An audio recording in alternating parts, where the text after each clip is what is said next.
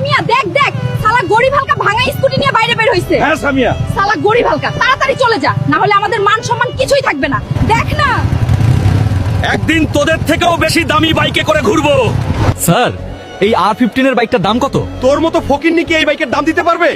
দেখতে একদম ভাঙা ফার্নিচারের মতো লাগতেছিস। কি এত বড় অপমান! দেখিস, একদিন আমি এই R15 নিয়ে যাব। এতগুলো টাকা এখন আমি কোথায় পাবো?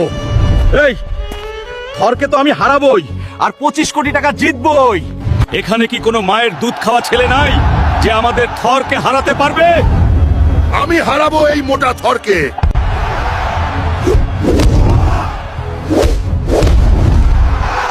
বন্ধুরা, জলদি লাইক কমেন্ট সাবস্ক্রাইব করে দাও, যাতে আমার শক্তি ফিরে আসে আর থরকে হারাতে পারি।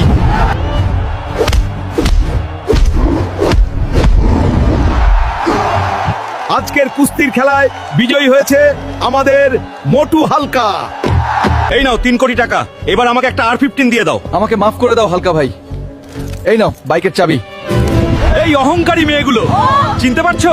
বলেছিলাম না তোদের চেয়ে দামি বাইকে চড়বো। এবার দেখো কারটা সেরা।